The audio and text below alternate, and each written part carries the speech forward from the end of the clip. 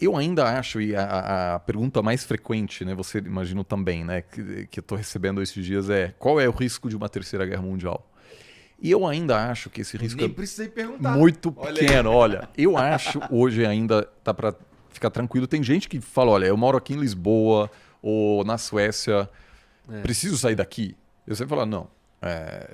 Não há indícios claros e Mas vamos definir o que é a Terceira Guerra Mundial. então, vamos Né, dizer, tem várias definições, e nem todo confronto, mundo a sabe. princípio, um confronto entre grandes potências nucleares.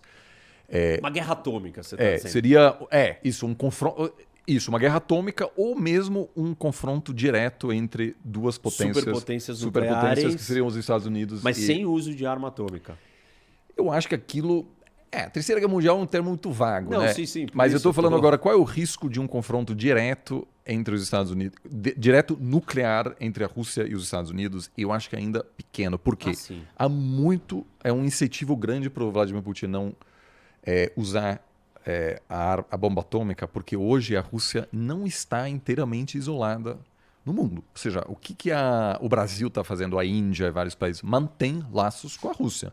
Isso, aliás, é um consenso entre a esquerda e a direita brasileira, que não faz sentido para o Brasil participar das sanções contra a Rússia. O Brasil quer preservar seus laços, pode até votar às vezes, né? O Brasil, inclusive, votou a favor de uma condenação na ONU, de uma resolução condenando a anexação ilegal, que do ponto de vista do direito internacional, aquilo não é uma...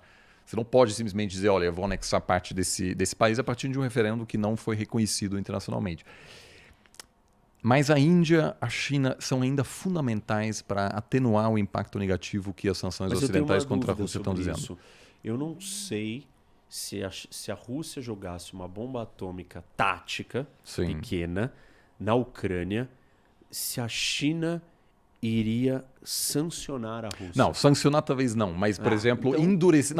Não sanções abertas, mas, por exemplo, hoje já tem várias empresas chinesas que voluntariamente dizem: eu não quero mais vender certas peças para os russos para não ter problemas nos meus principais mercados. Eu acho que a tendência... Bem, mas aí o problema é secundário por causa das sanções americanas e europeias. Mas assim, por vontade própria, eu não acho que... Acho que a Índia, ok. Sim. A Índia, ok. O Brasil também é ok. Talvez agora a China eu não acho talvez que ela não teria um anúncio grande, mas eu acho que havia...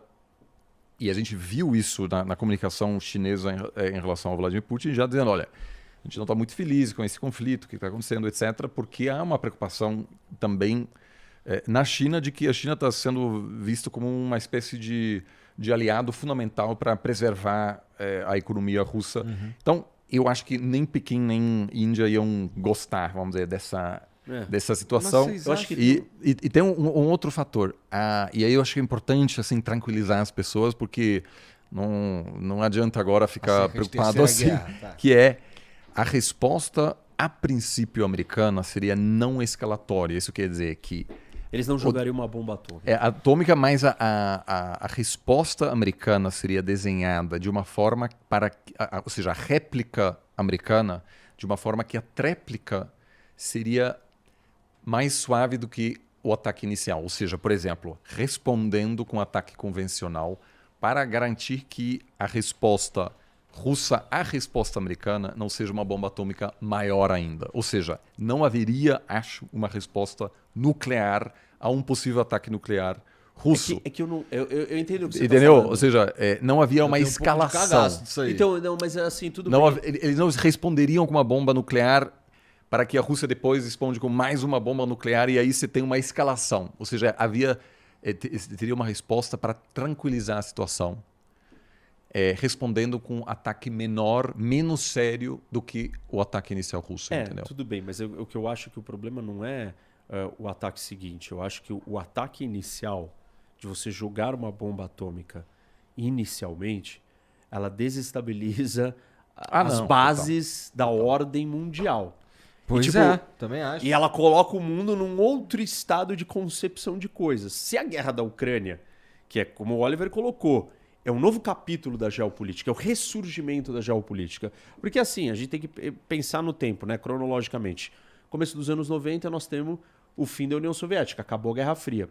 E aí você tem um momento de transição de nada acontecendo, de nenhum grande problema.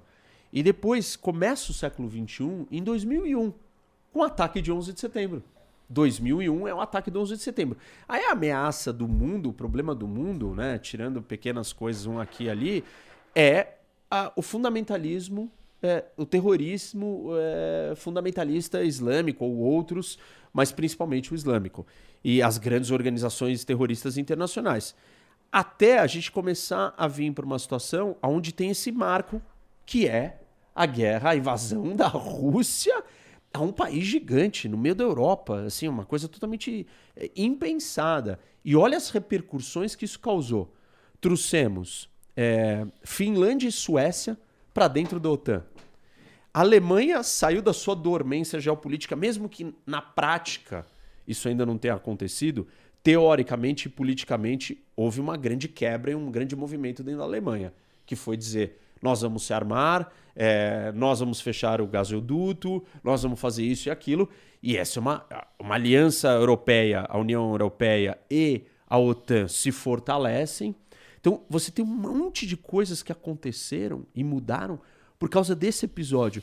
Imagina um episódio, joguei uma bomba atômica tática pequena.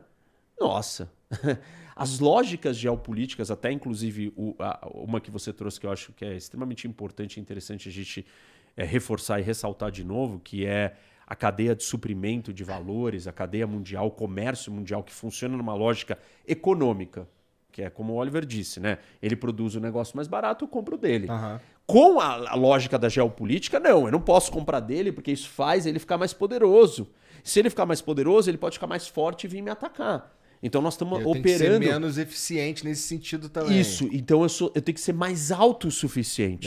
Porque eu não posso depender mais de você e dele. Porque ele pode virar meu inimigo a qualquer momento. Então nós estamos lidando com um Que mundo merda, cara. onde as considerações estratégicas elas são de extrema necessidade para sua sobrevivência. O uso de uma bomba atômica ele eleva essas situações a potências jamais imaginadas. Assim, tipo, vamos todo mundo se preparar. E vários países, como Ucrânia, que são países pequenos ou menores, que se sentem ameaçados por grandes potências, vão tomar uma decisão. Eu preciso ter uma bomba atômica. Taiwan vai virar e falar assim: desculpa, eu tenho que estar preparado porque a China pode querer usar uma bomba atômica em mim. Eu acho que a China... Japão vai falar: eu vou construir uma bomba atômica agora. E assim, nós vamos ter uma corrida armamentista nuclear no mundo. A proliferação nuclear, que é um dos temas mais preocupantes de segurança internacional, vai ser aberta a porteira e vai sair todo mundo enlouquecido. Então, a gente pode não ter a guerra nuclear, mas o mundo vai se tornar sim. um negócio assim, em pânico, em pavor.